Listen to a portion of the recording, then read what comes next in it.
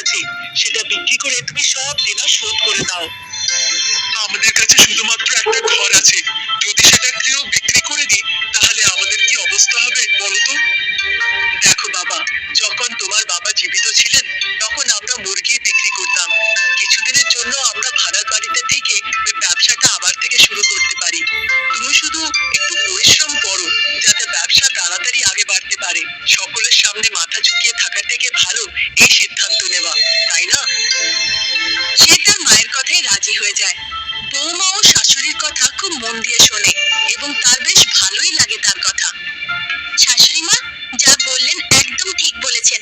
সকলের সামনে নিজেদের মাথা হেট করার থেকে ভালো সম্মানের সাথে বেঁচে থাকা। তারপর তারা নিজেদের বাড়িটা বিক্রি করে দিয়ে সকলের ধার দেনা শোধ করে দেয়। তারা একটা ভাড়ার বাড়ি নেয় এবং সেখানে পোল্ট্রির ব্যবসা শুরু করে দেয়। ব্যবসা বেশ ভালোই চলতে লাগে। তার মা এবং স্ত্রী মুরগির ডিম বিক্রি করতে শুরু করে এবং ভালো টাকা অর্জন করে। তারপর তারা ভাবে যে তাদের ভালো সময় আবার ফিরে এসেছে। ঠিক সেই সময় সব মুরগিগুলোর একের পর এক অসুখ হয় এবং তারা সকলে মারা যায়। তা দেখে সকলেই খুব হতাশ হয়ে পড়ে। বাবা, এরকমটাই হবার ছিল কি যখন আমরা ভালো টাকা রোজগার করতে শুরু করেছিলাম? ঠাকুর আমাদের প্রতি কৃপা করো, এত কষ্ট দিও না ঠাকুর। কিরণ তাকে বোঝাবার অনেক চেষ্টা করে। চিন্তা করো না মা। ধীরে ধীরে তাদের অবস্থা আরো শোচনীয় হয়ে ওঠে। ঠিক সেই সময় কিরণের মা একজন স্বামীজির কথা জানতে পারেন। তার অনেক চমৎকারের কথা সে আগে থেকে শুনেছিলেন।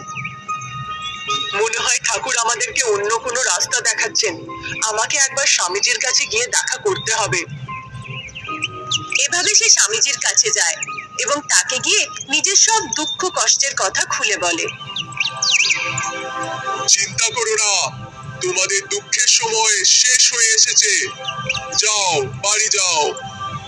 তিনি একটি মুরগি তাকে উপহার স্বরূপে দেন এবং বলেন যে তাদের সব দুঃখ কষ্ট ঠিক হয়ে যাবে। বাবা, এই মুরগিটা কেন? এই মুরগিটি তোমাদের দুঃখের সময়ে তোমাদের দেখাশোনা করবে সোনার ডিম দিয়ে। এবার তোমাদের জীবন পুরোভাবে বদলে যাবে। এই মুরগি থেকে প্রত্যেক দিন তোমরা একটি করে সোনার ডিম পাবে। তা শুনে সে খুব আনন্দিত হয় এবং স্বামীজিকে ধন্যবাদ জানায়। তারপর সে বাড়ি ফিরে আসে এবং নিজের বৌমাকে যা যা ঘটেছিল সেগুলো খুলে বলে। আরে বৌমা, আজকের পরে আমাদের সব দুঃখ কষ্ট শেষ হয়ে যাবে। এরপর আর কখনো কষ্ট হবে না, অনেক টাকা হবে বৌমা।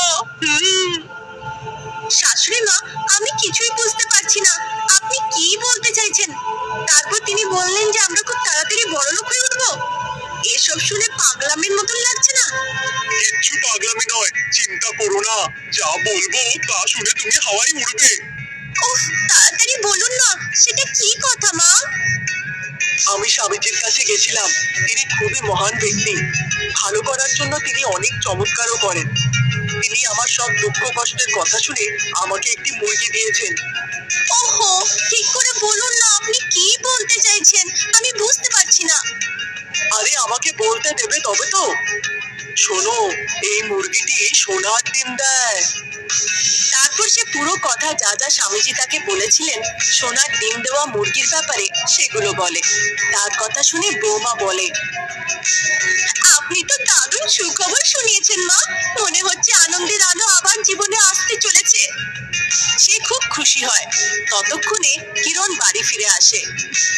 আরে আরে, তোমরা এত খুশি কি কথায়? আমাকেও বলো, আমিও একটু খুশি হব আর কি।